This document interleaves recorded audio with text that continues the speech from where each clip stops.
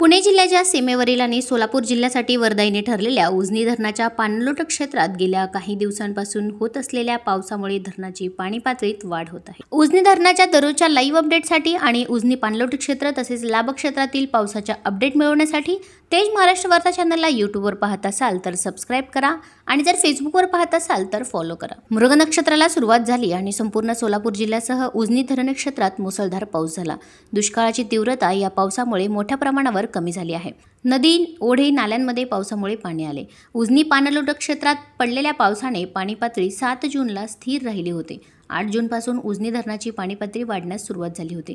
भीमा खोऱ्यात पडलेल्या मुसळधार पावसामुळे 9 जूनपासून दौंड विसर्गास सुरुवात झाली होती।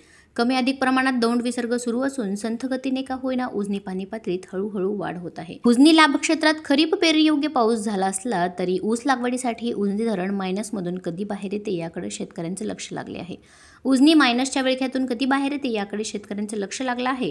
चला तर पाहूया 18 जून रोजी सकाळी 6 वाजताची उजनी धरणाची पाणी पातळी किती वाढली आहे।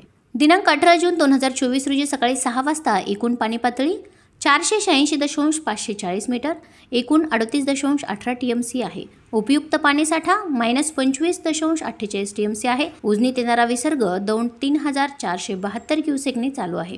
उजनीतून जाणारे विसर्ग सध्या बंद आहेत।